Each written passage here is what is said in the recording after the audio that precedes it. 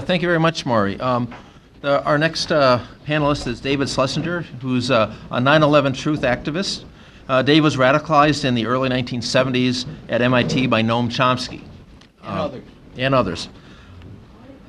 He's been arrested in civil disobedience around 30 times. He's served 4 months in jail in 1982 in New Hampshire over the Seabrook nuclear station in a Gandhian-style civil disobedience where he pleaded guilty, told the judge he did not seek leniency, and he did not use a lawyer.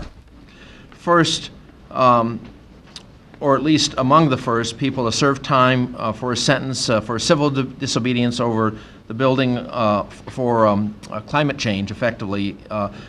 He did civil disobedience over the building of the Cliffside coal plant in North Carolina. So Dave, thank you. You're on.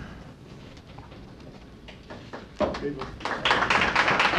going to stay here. Okay. I have to ask first, the gentleman in the back, are you my friend George? Okay, you look like... What's that? Oh, very good.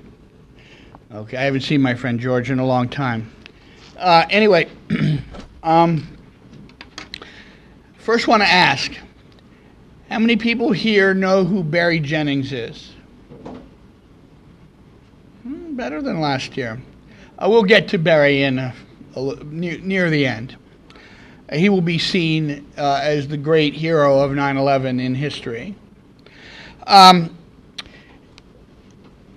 going to basically praise a little bit and then criticize a lot the truth movement and the left for not being effective enough at anti-fascism. And it is very important to be anti-fascist.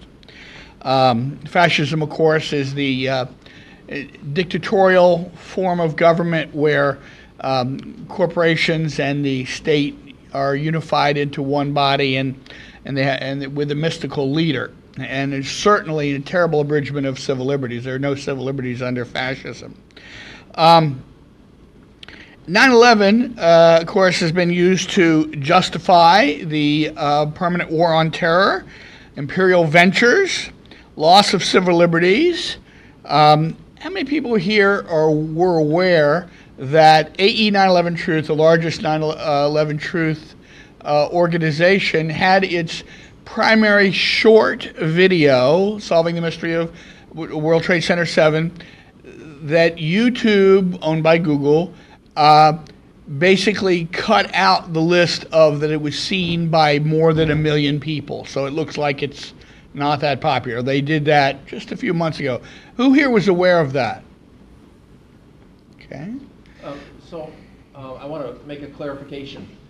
They deleted it because it was inappropriate or copyright infringement, and it had been there. It had 1.5 million views. And the link to it, as you know with YouTube, is a kind of a funny set of characters at the end. Now there's thousands of links around the world that that we're supposed to link to this that now do not link to it anymore. It goes off to so this. You can still see Solving the Mystery of WTC7 by just looking it up. But you just said they really have hurt the organizing. So, claim to be concerned about suppression of other activists. I mean, the great Eugene Debs quote from almost 100 years ago, most of the left could care less about this suppression. Also, the other effect of 9/11 is the exacerbation of Islamophobia. Now, I don't mind if leftists would have a disagreement about our evidence, the value of that evidence, the logic involved with the evidence. In fact, anybody, regardless of background, if you can have a civil conversation with me about the evidence, you're a hero of mine. Basically, Americans cannot have a civil conversation about this evidence. My complaint with the left is they won't discuss the evidence. And leftists are not supposed to be intellectual cowards, but this is a form of intellectual cowardice. Now, I'm issuing a challenge to the Left Forum, and the Left Forum has been very impressive to me. I mean, the fact that they let us speak last year, the fact that they're allowing 4 workshops this year, I mean, they're really impressive for people on the left who have allowed that. And so I'm not upset with them, but it's still a fair challenge. What is really needed, and they won't be able to serve the left community properly until they're able to organize a debate on this evidence. A plenary debate, that is to say, nothing else happening at the time. Because what will happen is that if it's not a plenary, then all the people who really need to hear the evidence will go somewhere else, and it'll just be choir, like essentially this workshop. And so the difficulty is finding someone who will debate us. We can't find somebody who will debate us, but I'll bet the Left Forum could find somebody who would debate us. I actually think the best person to debate us would be David Swanson, just because he's so brilliant that it wouldn't take him that long to prepare. And frankly, we would have to guarantee that even if, I mean, I'm 100 times more knowledgeable about 9/11 than he is, although he's a lot smarter than I am. I can't be mean to him because he didn't know this or that. It wouldn't be an exact debate. It would be, I would have to appreciate the fact that he took the risk. I've tried to get David to debate me, and he says it's not worth his time. But he really would be the best person. Anyway, let's see. How many people here do consider themselves leftists? Okay, almost everybody. And how many consider themselves truthers? Okay, a little more. Okay. Now, I'm going to appraise both the truth movement and the left. I'm the founder of DC 9/11 Truth in 2006. And the first thing I said at the first event we had is, if I live to be 100 and I'm still an activist, nothing will piss them off more than this issue. And I stand by that today. Why are people in power so threatened by this issue? I mean, that's a good question. I mean, Barbara Boxer at one time admitted that seemingly that Paul Wellstone was murdered. Yeah. So, I mean, if you get to the level of a member of Congress or the Senate, you're not naive. And I mean, of course, you have McKinney and Weldon, both Democrat and Republican, losing their seats after doing something, for 9/11 Truth. And really, every major institution in the United States stands strongly against asking the hard questions about the central political event of our time, 9/11. And my suggestion is why leaders of every major institution are acting cowardly on this issue is that they look at their own dirty laundry, because everybody has dirty laundry, and they say, gee, if this comes out, maybe my dirty laundry will come out. And they identify more with the people who are profoundly corrupt than they do with decent people. I mean, the grassroots of the left actually is pretty decent on this issue. It's the leadership that is the problem. My praise for the left, I'm not going to do the 2 full stories. You can go and watch what I said last year, which is similar to what I'm saying this year. You go to YouTube, and you go to Silver Persinger, Silver Persinger. He's the one who did the taping. And then it's May 31st, 2014. And it has Islamophobia in the title. And so you can catch some things. That way I don't have to duplicate everything I said. But 2 times while I was an anti-nuclear power activist, the left people showed incredible integrity, which you would not find in normal mainstream elected officials and such. And I was so honored to be an activist during some difficult times when people who I didn't agree with showed integrity. Now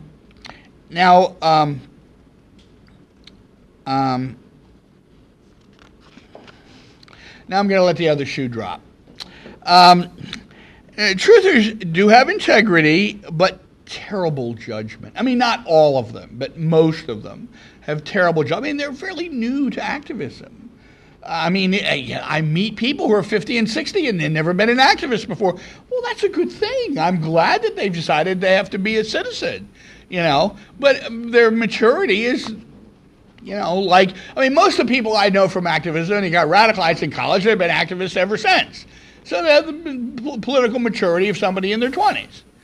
But I'm glad they're active, and and many of them are very, very nice people, and they all have integrity to ask these hard questions. But the judgment is terrible, my main criticism is that generally within the truth movement, people disagree with each other and immediately accuse each other of being police agents. This is absurd. They have no consideration for needs for solidarity. And you don't know what's going on in someone's head. They could be wrong because some other police agent convinced them to say this wrong thing. And hey, certainly there are police agents. I mean, the left is aware of that and deals with it much better. But, they don't necessarily have any given role. They could take one side or the other side. They could be there just to spy. They could be there to move things in a certain direction. I mean, one time when I was an anti-nuclear activist, I remember thinking that my phone was tapped. I was only in my 20s. And I said, they're tapping my phone? They must have money to burn. They do have money to burn. So you can't tell who's a police agent by how they're acting either, and you can't tell what's going on in someone's head. The proper way to deal with a situation where you are troubled by somebody is not to accuse them of bad faith. You criticize what they're saying, and you criticize what they're doing, which is the problem anyway. Well, that's why you are disturbed by what they're saying and doing. That's what you should criticize, what you know for sure.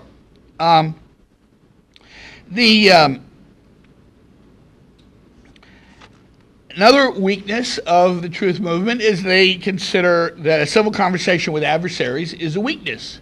You want to avoid anyone you disagree with. How can you have a dialogue with anybody? I mean, you can just define somebody off the street who says the wrong thing. Oh, I'm not going to talk to him. This is absurd. Another weakness of the truth movement is conspiratorial thinking. Now, it's totally bogus to put down people who are so-called conspiracy theorists as misguided, because it really depends on the evidence. If they've got good evidence, then it's worth dealing with. And if they don't have good evidence, it's not. But to immediately assume wild speculation, that is worth criticizing. And that's, they give the truth movement a bad name. And people are really not as bad as they used to be on this front. But in general, the proper criticism is not of conspiracy theory. It's of conspiratorial thinking. I assert that most truthers, way over 90% of truthers, their main goal is, if they live long enough, they can say, I told you so, to all the people who disrespected them. And that's not terrible, but that shouldn't be your main goal. The main goal should be preventing fascism. But they don't even think in those terms. I just have to mention Alex Jones, who's a major truth activist. He's a libertarian and does make a lot of money in what he does because he's a great promoter. He actually recently, I saw him criticize the power of corporations. That's not normally something a libertarian will say. So, people need to be, it's really interesting that you have libertarians and leftists and liberals active in the truth movement, and I know of no other grassroots movement that has that combination. And so, I really enjoy having friends who are libertarians now. I disagree with them about this or that, and that's okay. But I think it's wonderful that, we're really concerned about, this is not an issue of ideology, this is an issue of integrity. Now,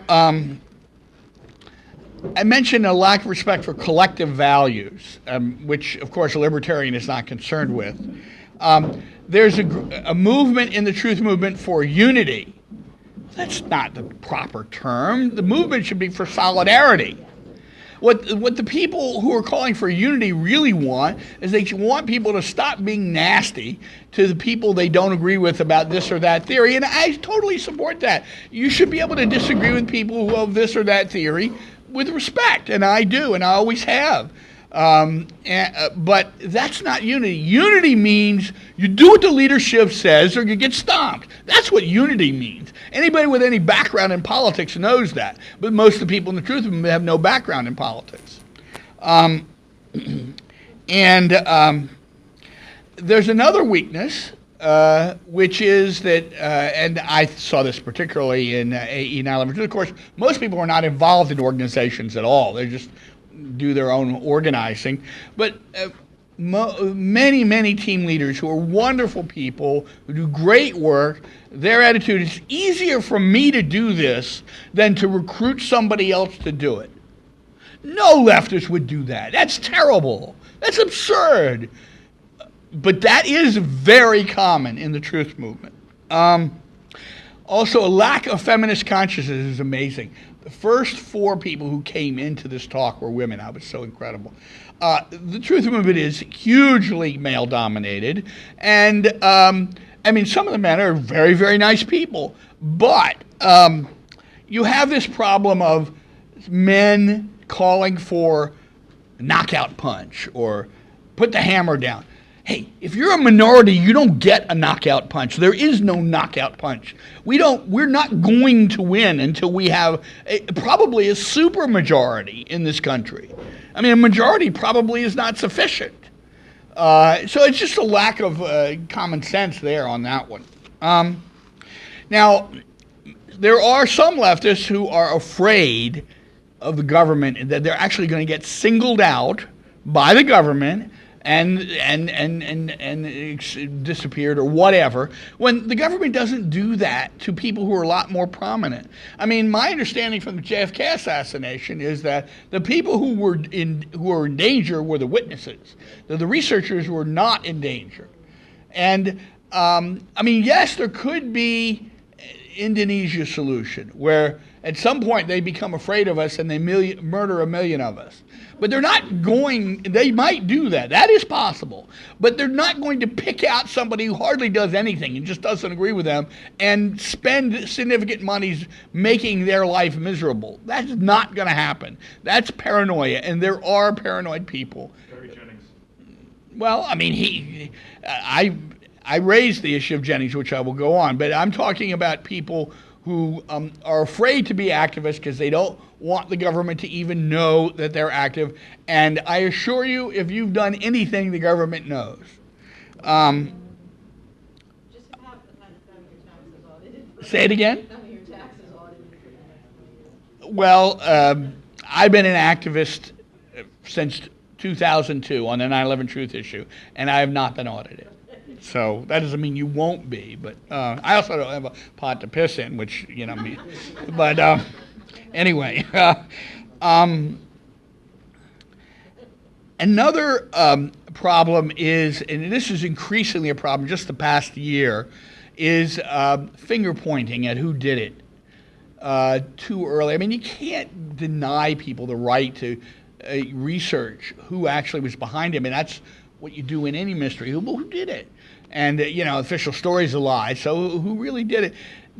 You have to allow that research, but if you lead with who did it to people who are the uninitiated, they're going to use that as an excuse to not look at the evidence. I mean, what I say to people, I'm talking about the evidence, and the first thing you ask is, well, who did it? I say, well, if you were an old friend, I would answer that question. But because you're a new friend, I'm going to be worried that you're not going to remember that I know the difference between evidence and speculation. And you were asking me to speculate. And it took me many years to get to that answer. But that is what I say now when people ask who did it. Another problem is, yes? Oh, That's you. Okay. All right. I mean, if you could write down your questions, it's better because I might deal with it. Q&A. Most truthers who do outreach don't do it in a coordinated fashion. They just do it. And some of them are very good at it. And I'm glad they do anything. But we do better if we have collective action. And a leftist would understand that. A libertarian would not. Or the average person who has no ideology would not. I mean, the thing is, if you're in a collective, you can, and you actually are willing to listen to your collective, the people in your collective, you can get better at being an activist. Funny thing about that. And we need to get better at being activists. Libertarians actually put down outreach to the left. Why are you wasting your time? Well, it's not a waste of time for me because I'm a leftist. If you're a libertarian and you don't want to reach out to leftists, fine. I'm not bothered. I'm not saying you should. It's okay. You should. I actually got a list from AE 9/11 Truth at 2 years ago of I would put in all the terms that might be relevant. I got a list of far right and a list of far left, and about 700 each. And I really looked carefully at them. They're really only about 100 progressive activists, and there are about 200 libertarian or constitutionalist activists. I never really I got thrown out before I was able to reach out to them. But people should reach out to the people that they identify with. That's common sense. And another problem with the truth movement, too often people are just so zealot, like, they can't have a conversation. They just need to dump, and that's not how you do organizing. I mean, if you're with your friends who are going to love you no matter what, fine, you can dump. But, if you're trying to do outreach, you have to use good judgment. Now, in defense of the truth movement, of the things I just said, I mean, everybody here knows the statement from Goebbels about, it's easier to have a big lie than lots of little ones. And it makes it hard. It does make it hard. I mean, the CIA came up with their, conspiracy theory moniker back just a few years after JFK was shot. And, it's terrible that the leadership of the left is being influenced that much by the CIA. That's terrible, but that is reality. Although I will say, Noam Chomsky never calls people conspiracy theorists. He knows better. Another reason that people have a hard time doing outreach is they just get tired of being abused. You really can't blame them, I mean, some people are just too shy to do outreach. But it is impressive that, if you can get somebody to begin to look at the evidence, they might take a year or two researching on their own before they do anything. That's a good thing. The people deserve praise for that.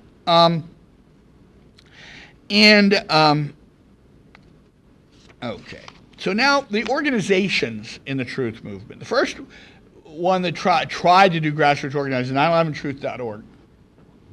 I actually used to organize the monthly conference call for them. And in 2007, I got thrown out because somebody who was new lied about me. And it took me many months before my friend who was executive director realized the problem. And I actually had to threaten to do a civil disobedience at a truth conference in New Hampshire. And they let me back in. I began to do these calls again. Now, those calls didn't exist for many years, but now Dr. James Hufford of Iowa, longtime truther, he has reconstituted these calls. The reason they're important is that AE 9/11 Truth, which is the main organization, is decidedly narrow. I mean, they won't discuss anything about the plane, Shanksville, the Pentagon, minority theories, and because they absolutely won't say anything that they can't prove, and that's good. But people still should be able to talk about all sorts of things, and that's what Hufford provides. Now, as I said, AE 9/11 Truth is the main organization. Started in 2006 by Richard Gage, AIA. They now have 2,300 architect and engineer petition signers, vetted and verified. who say the towers came down from controlled demolition. They only discuss the 3 towers. They don't point fingers, and they don't discuss planes, Pentagon, Shanksville. The most important thing for me about AE 9/11 Truth is that they have 20,000 petition signers, not who are including the architects and engineers, but even now it's like a 9-to-1 ratio. You get 9 people who are not architects and engineers for every architect and engineer who signs. And it takes 5 minutes to fill this out, which is not how the internet normally works. But you write down full contact information as well as your certain opinions and your skills. And those skills, that's huge. That's huge. I mean, I propose 70 different teams. Oh boy, I'm okay. We want to get the Barry Jennings and Noam Chomsky. Okay. We're gonna need to wait to end. Anyway,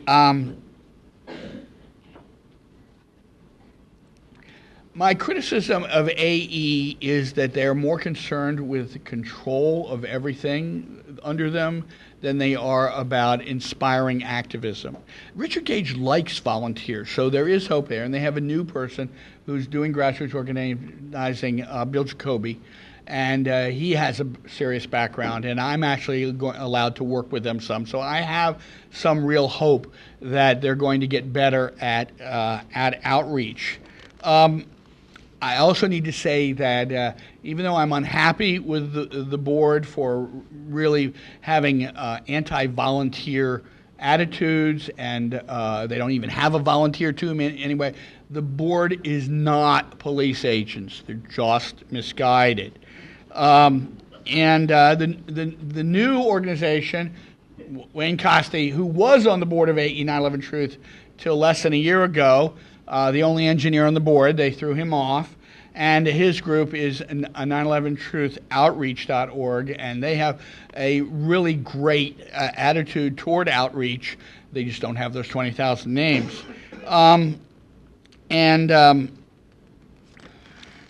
Okay. I made 2 suggestions to Richard Gage in Atlanta a couple weeks ago when I saw him that he accepted.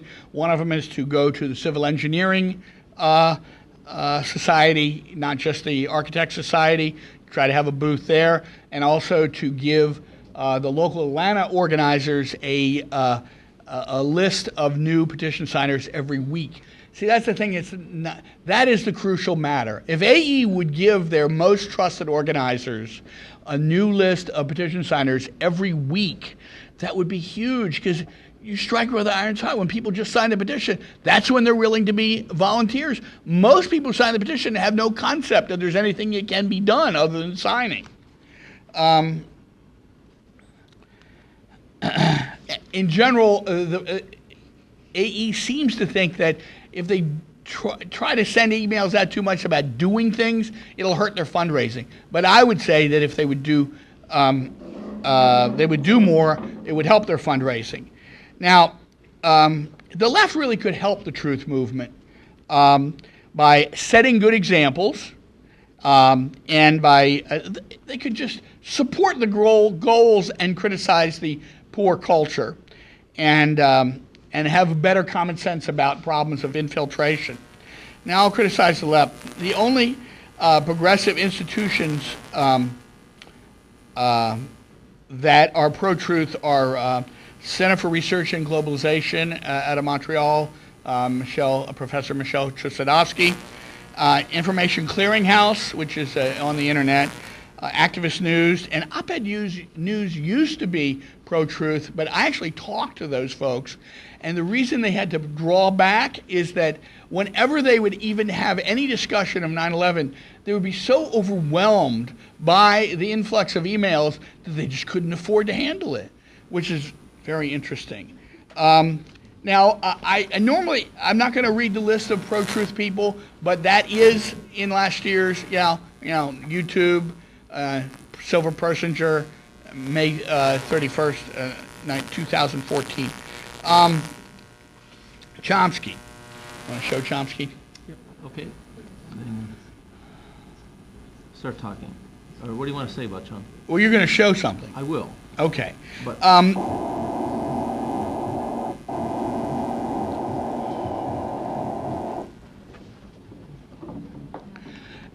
the reason people are surprised, some people are surprised. Noam is even a supporter of the Warren Commission, which is hardly anyone supports the Warren Commission. But here's I mean, this is just my opinion from knowing him since I was 20. The reason he supports the Warren Commission is that he really hates making politicians into deities. And I mean, he lives in Massachusetts, where, you know, that's JFK's stomping grounds. He's from Philly, but he lives in Massachusetts now 60 years. I mean, you can imagine how upset he was at JFK being deified in the 60s after he was killed. So it's reasonable to be opposed to politicians being deified. That just doesn't mean that any given piece of evidence is not true, though. Okay. So what we have here is a University of Florida event about 2 years ago in which Noam Chomsky is challenged about the evidence for 9/11, and you'll get to hear him respond in his words. All right. Noam, thanks for coming. You've mentioned quite a few contradictions from the media and their presentation on things. And I think the most notorious case of this is with September 11, 2001. You mentioned in a forum on ZNet in 2006 that you wanted to see a consensus of engineers and specialists that understand the actual structures of these buildings and their possible collapse. And there is such a group, and I'm here to tell you about that and ask you a follow-up question. It's called Architects and Engineers for 9/11 Truth. There's a consensus of over 2,000 of them. All right, is this a question or Please a don't interrupt. statement? I'm asking a question. I'm setting it up. Thank you. This consensus shows that Building 7, the third building that fell on 9/11, fell in free fall speed, as this report acknowledges. Are you ready to come forward and jump on board with 9/11? I know you've mentioned it's a distraction, but there's no better case of the media covering up things than not presenting Building 7, that third building. We've all seen the other towers fall, but what about Building 7, though? Well, in fact, you're right that there's a consensus among a minuscule number of architects and engineers, tiny number. There are a couple of them are perfectly serious.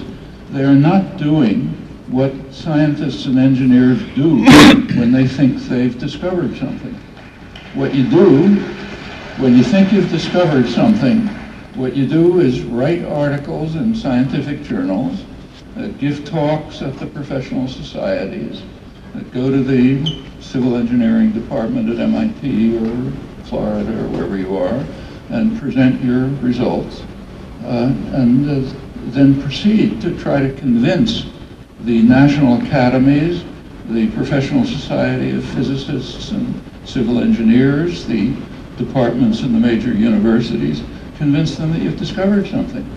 Now, there happen to be a lot of people around who spent an hour on the internet and think they know a lot of physics, but it doesn't work like that. There's a reason why there's a reason, may I finish? There's a reason why there are graduate schools in these departments and research. So the thing to do is pretty straightforward. Do what scientists and engineers do who think they've made a discovery. Now, when this is brought up, as it has been, there are one or two minor articles, like this one article that appeared in an online journal which claims to have found, or someone claims to have found, traces of nanothermite in Building 7. I don't know what that means. You don't know what that means. But if it means anything, bring it to the attention of the scientific community. That's a couple of other fragments like that. So yes, there's a small group of people who believe this, and there's a straightforward way to proceed. Now, when this is brought up, there's a standard reaction.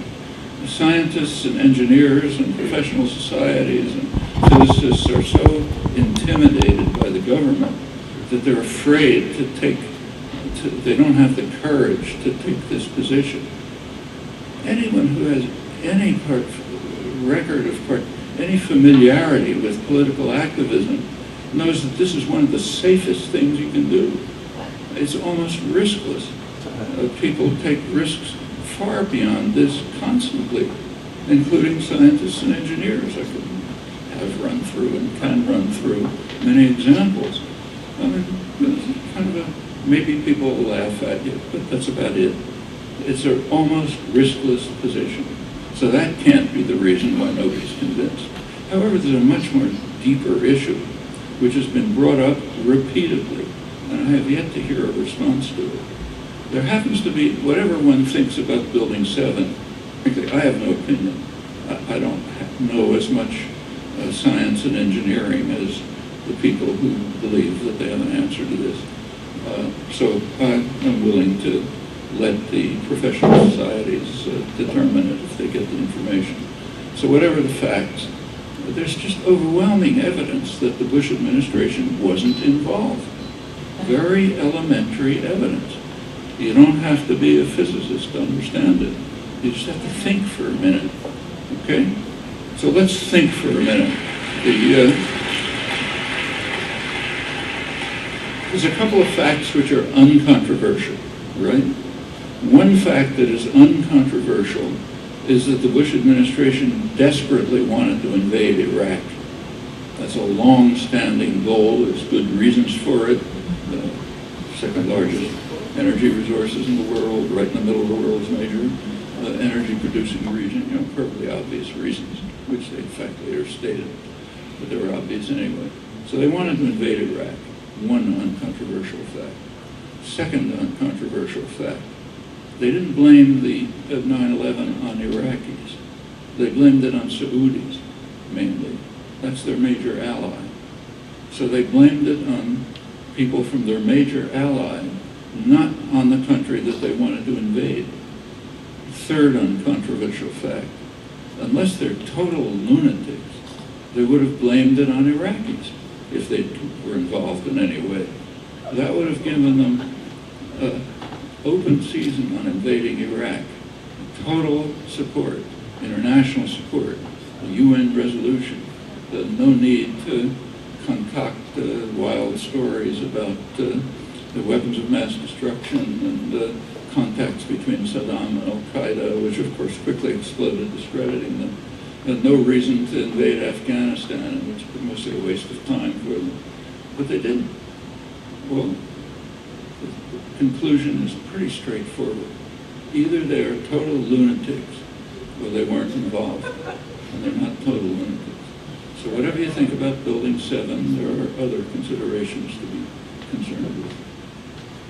All right, I think our speaker answered your questions my full succinctly, response so that's great. because they gave some response last year, and you should go watch it. I do have a couple of things I need to say. My friend Dr. Tim Eastman in physics, who just retired from NASA, had sent Noam his physics paper before Noam said this at Florida, where he reviewed 83 different peer-reviewed articles about the fall of the towers. And of the 15 that dealt with World Trade Center 7, only one favored the official story. All the others expose it as ridiculous.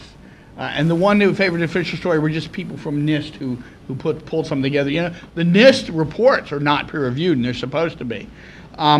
As far as the Saudis, Bush saying the Saudis did it, I mean, I don't know why we're trying to get the 28 pages released now, which, suggests that. I mean, the real problem, see, Noam is actually, it's very good. He never criticizes the public, which is good. But the reality is the American public doesn't know the difference between Saudis and Iraqis. They're all Arab Muslims, and that has to be faced. I'm so sorry to say. In addition, it's really not. Noam used to, during the Vietnam War, criticize the so-called foreign policy establishment experts who said, well, we should decide this, not the public. They don't know enough. And he would defend the right of the average person to have a say in their foreign policy. But here he's saying, you have a high school degree and you actually took science in high school, all irrelevant. You don't have a right to weigh in on this. This is high school level science. I mean, the two other major public issues which deal with science are evolution and climate change. Those are graduate school level discussions, but this is high school level. This book deals with David Ray Griffin, 25 Contradictions, shows that obviously one or another thing that the government or corporate media said is a lie. And Noam used to say, my favorite quote from Noam is from American Power, the New Mandarins. The responsibility of intellectuals is to speak the truth and expose lies. Well, why aren't these lies worth exposing? Howard Zinn, in the interview I did with him, you can look up Howard Zinn, David Slesinger on the internet, and the video's not there, but the transcript is. And Howard says, well, 9/11 is a distraction. Noam says that too. A lot of people say that. Doesn't that mean that it's okay for the government to lie about some things and not other things? That's what it means to me. Who says that's unfair for me to say that? Okay, very good. So you're a good man. Okay.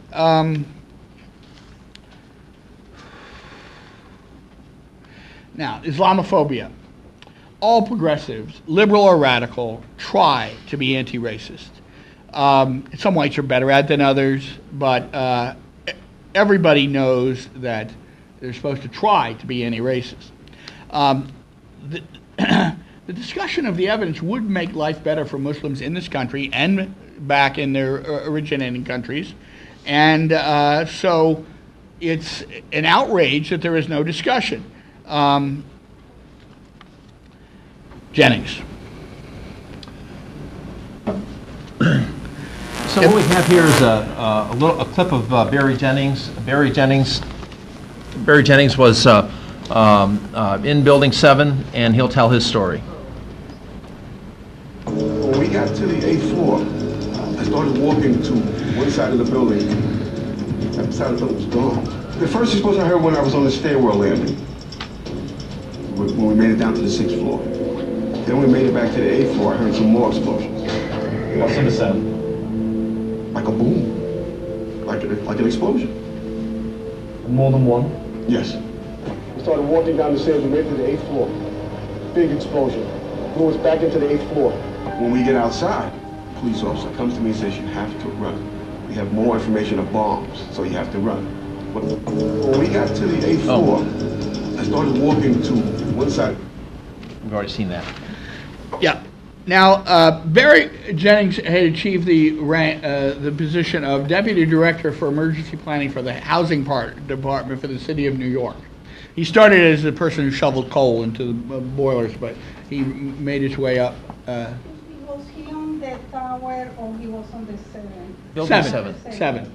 And the reason why his story is important and why David Ray Griffin cites him extensively in his book on World Trade Center 7 is that he was there too early for the explosions he heard, the damage he saw to have come from debris falling on 7 from the North Tower. And his story is the best human interest story that proves smoking gun.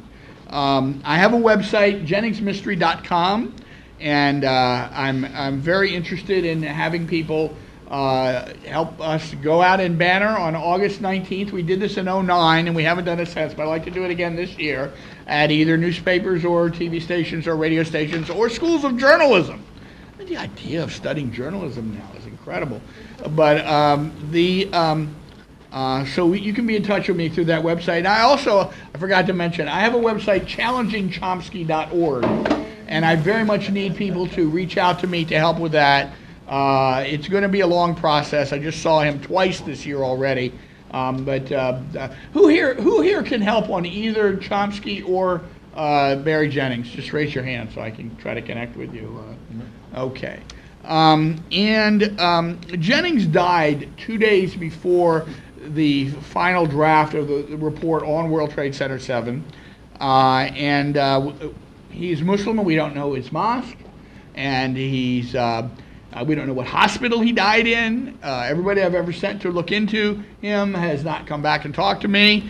The professional private investigator who was hired to look into him returned the money and told Dylan Avery, don't ever contact me again. And And one of the things really important about Jennings, I didn't even know last year, the fellow who saved him, the firefighter who's standing with him in that interview on the street, there were several dozen firefighters who were sent into World Trade Center 7 to see whether or not they could put the fires out. And the leadership changed, and they were told, don't put the fires out. But there are New York City firefighters, maybe retired, who can testify about how bad the damage was in 7, and we need to find those folks. So I need people to help me with that. That Jennings website again? JenningsMystery.com. Okay, and okay. Socialist realism. I'm asserting that left gatekeeperism, the suppression of discussion of 9/11 truth by leftists, is the new version of socialist realism, which was something of the old left in the Soviet Union. How many people know what socialist realism is? Socialist realism was the way that Stalin tried to prevent artists from saying whatever they wanted. He wanted to make sure that any art that came forward only had the right lessons. And you can't treat artists like that. That's absurd. And it was obvious to the new left that it was ridiculously dogmatic. Well, left gatekeeperism is the new socialist realism, ridiculously dogmatic. Sort of like in Alice in Wonderland, the Queen has the verdict before the evidence. Two more.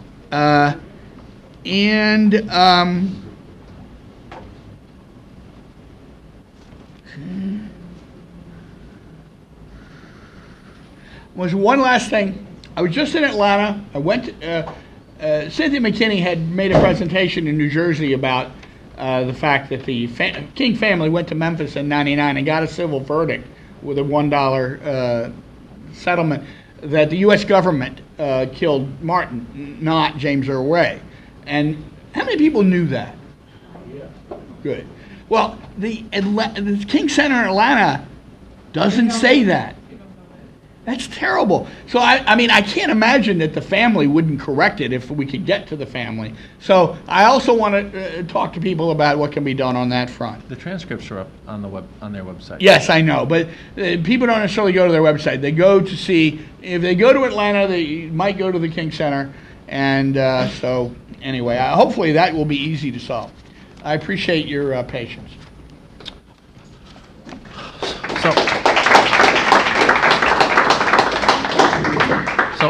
So thank you, David. We'd like to have the last 15 minutes or so for some Q&A discussions. The gentleman over here. Yeah, I have two. Either domestically or internationally, and in what areas, and to what extent.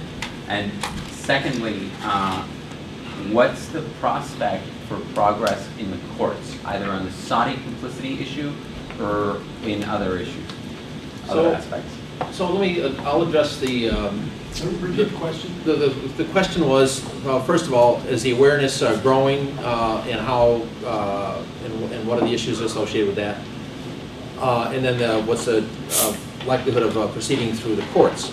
I can only talk about anecdotally.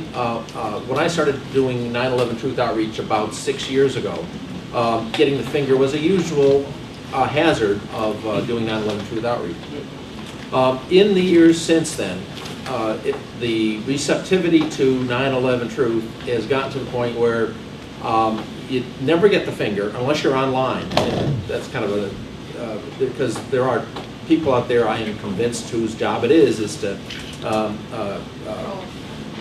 make you feel bad, right?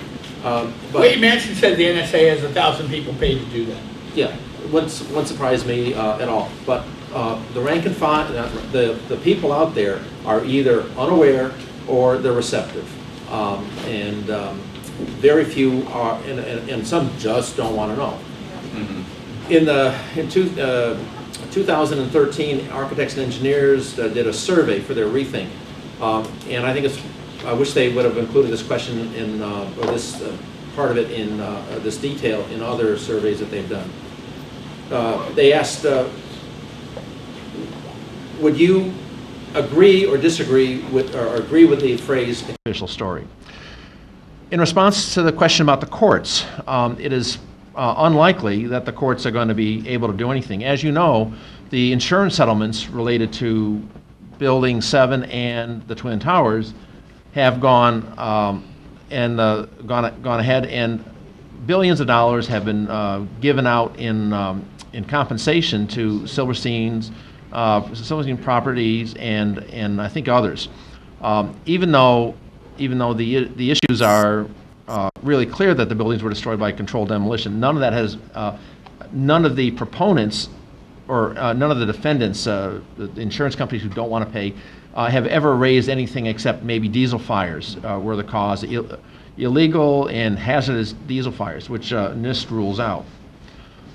So I don't expect that there's going to be any chance that the legal system is going to let anything in. Excuse me, Wayne. It's expensive, There too. is court action actually From the Saudi angle. happening in Florida due to a FOIA request. 80,000 documents which the FBI lied about, saying that they had no information. Due to this FOIA request and a very brave judge in Florida demanding that the FBI divulge these documents, it's now happening.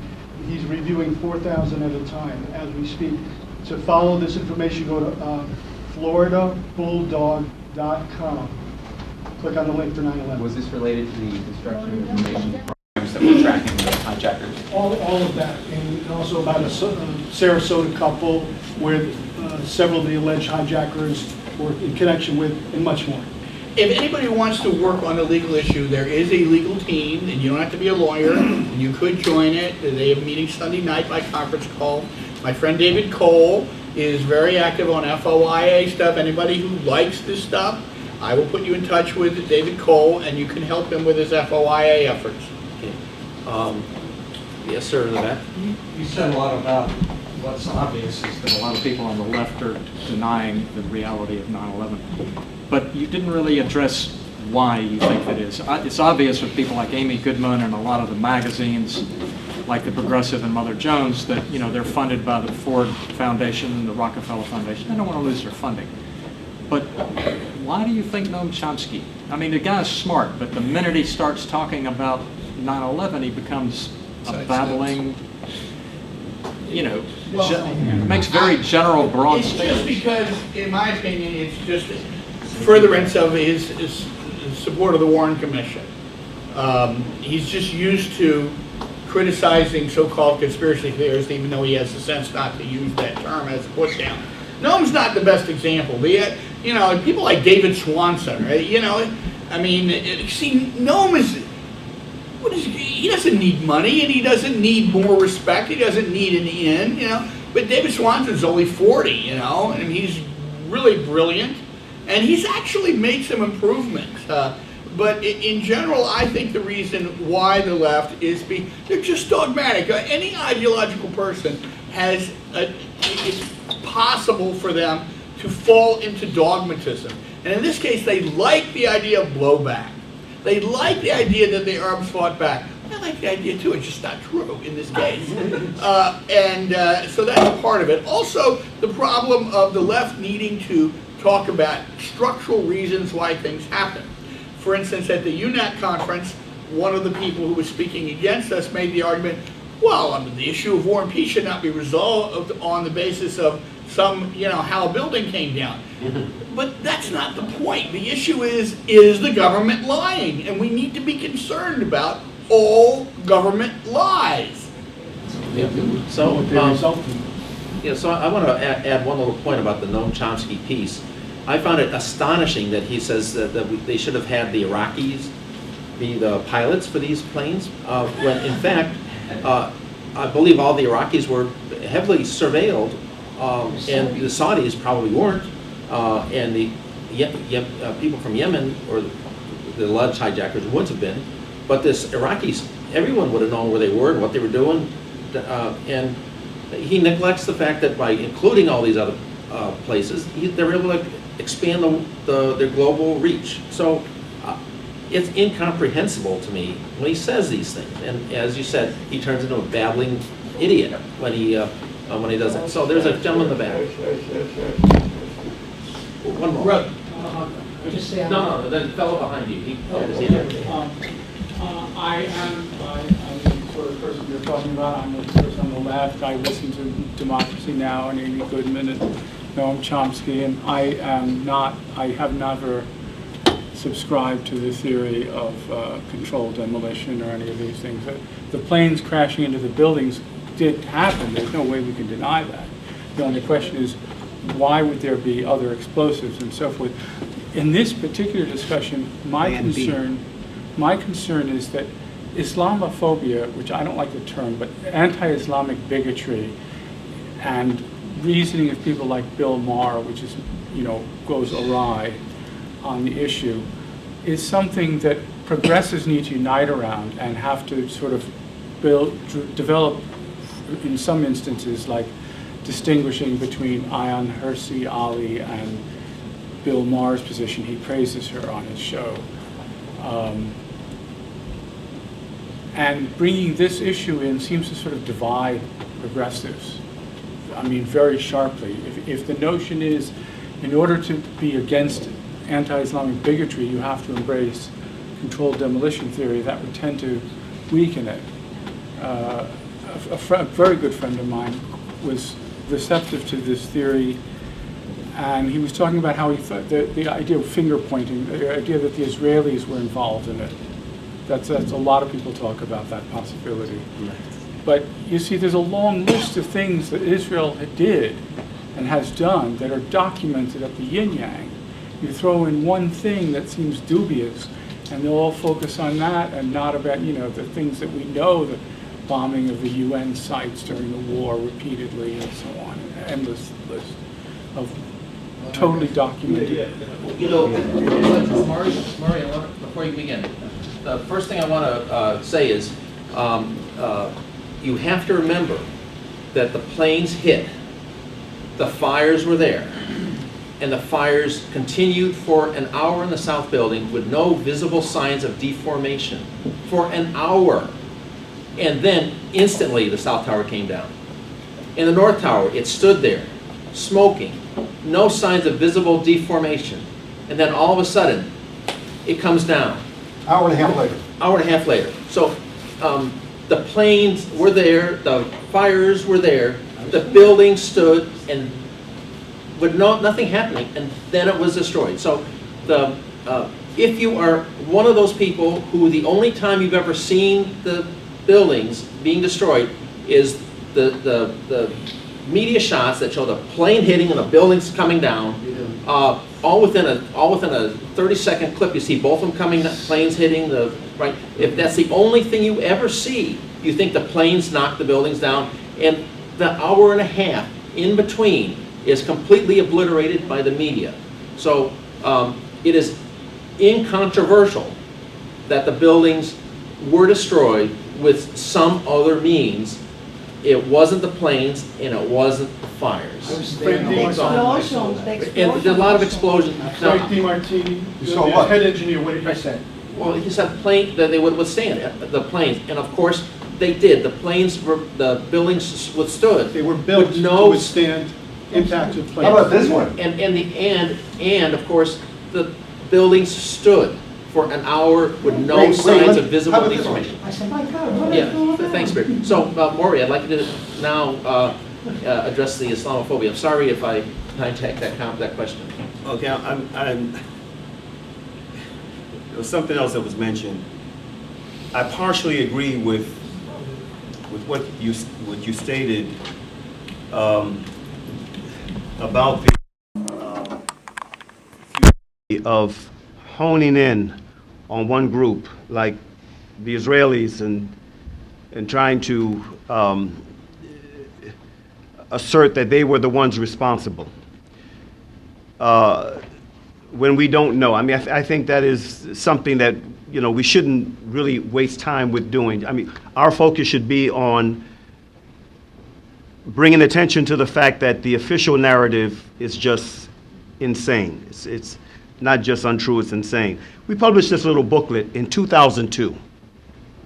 September 11th, the truth, will it ever be known? Where can we get that? It's been out of print for years. I picked it up. I don't know, I might end up reissuing it, but 2002. All I ask, brother back there, is that we be able to be in dialogue. I promise I'll treat you with respect. One of the things is that is absolutely known as it pertains to Israel, absolutely known, is that, number one, Israeli intelligence had advanced knowledge. That is a fact. Ariel Sharon was supposed to come to the U.S. He was supposed to speak in New York around that time, and they canceled his engagement. This was reported. I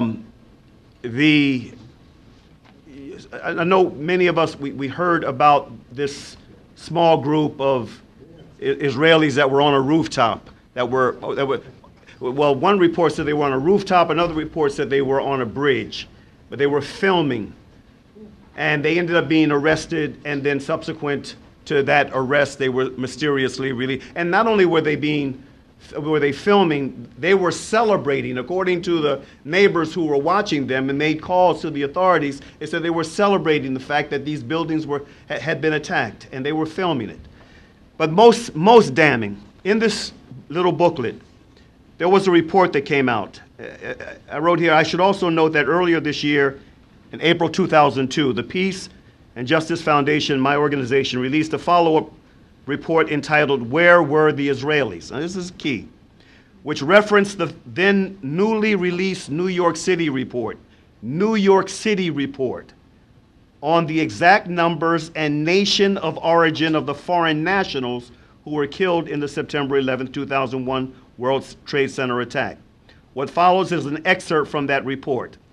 This is an official New York report. Quote, a report released by the diplomatic liaison for the city of New York in April 2002 made it official. 494 foreigners from 91 different countries died as a result of the September 11, 2001 attack on the World Trade Center, with British nationals suffering the greatest toll with 67 dead. This report leaves one to wonder, where were the Israelis? Quote, again, continuing quote, the initial estimate of total missing and dead, 6,729, was greatly inflated and added to its propaganda value for the cold, calculating reactionary forces within America's corporate, political, and religious circles, who used the tragedy to whip up hysteria and blind emotional public support for nefarious geopolitical agendas. The attack and the shrewd manipulation of it turned out to be a huge political bonanza for one of America's closest allies, the State of Israel. The final official death toll from the World Trade Center attack now stands at 2,830 persons dead and missing from the 9/11 tragedy, with foreign nationals accounting for 17% of those killed, according to the report published on April 6, 2002. In the edition of the New York Post, quote, 9/11 toll includes 500 foreigners. And then it goes on. But the bottom line was, now this is not saying no Jews were killed. Jews were killed just like others were killed. But what was key, when you consider the type of companies and corporations that had offices in the World Trade Center, and the nationals, the many foreign nationals that worked on a daily basis in the World Trade Center, the fact that not one Israeli national was killed suggests that there was probably foreknowledge and a warning. We need to take another question. Okay. Time is up, but I mean, we'll stay, and the next session starts in 8 minutes. Nobody benefits more than they do. Yeah. What's going on in the Middle East? Totally Nobody right. Wants, none of them never want to deal with that. Right. Because even the firemen said they heard all kind of explosion going on in the World Trade Center. In 7-2. They said on one video, they're going to pull it, they're going to pull it. There was like one video about Building 7. I wanted quickly, when I went to the car, I just reminded me that I had some of these books in the car for anyone who might be interested. This is a book on Dr. Afia Siddiqui, Other Voices. many voices, Muslims and non-Muslims. It's just $10. I also have copies of our latest edition of the AFIA Monitor. This is free. We have some copies of this. You can take that with you. And we encourage you to go to the website and visit it, the afiamovement.com, and really get as much information on this case as you can, because it is emblematic of the many, many, many other cases. And my closing remarks, if you don't mind, is I would like to remind us all, this is a very relevant quote to this whole issue of exploring 9/11 truth. The French philosopher Voltaire reportedly said, "Those who can make us believe absurdities can also cause us to commit atrocities."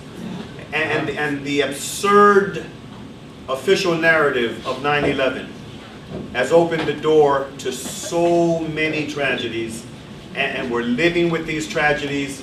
The Muslim community right now is bearing the brunt of these tragedies, but it's affecting us all, and it's going to affect us in far greater ways if we don't get a handle on it. So again, I want to thank David and Wayne for inviting me to be a part of this very important discussion this weekend, and I want to thank you for being here, and may the struggle continue. Yeah, may the struggle continue.